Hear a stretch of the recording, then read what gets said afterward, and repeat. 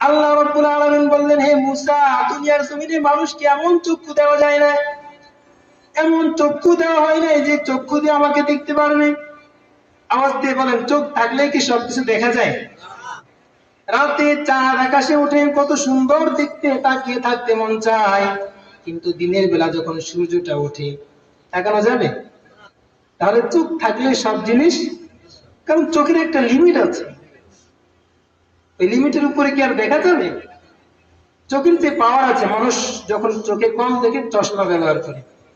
আওয়াজ দিয়ে বলেন তো, চশমা দিলে কি পুরো দুনিয়া দেখা যাবে? একটা লিমিট আছে। দুনিয়ার জমিনে আল্লাহ রাব্বুল আলামিন যতগুলো মানুষ সৃষ্টি করেছেন, সবগুলো অঙ্গ প্রত্যঙ্গের একটা লিমিট আছে। হাত দিয়েছে আসমান ধরা যাবে, চোখ দিয়েছে আসমান পর্যন্ত, আসমানের ভিতরে কিছুই দেখা যাবে না, কারণ চোখের একটা সীমানা আছে। পা দিয়েছে, আপনি লাফ দিয়ে বঙ্গোপসাগর পাড়ি দিতে পারবেন না, কারণ এই পায়ের একটা সীমানা আছে।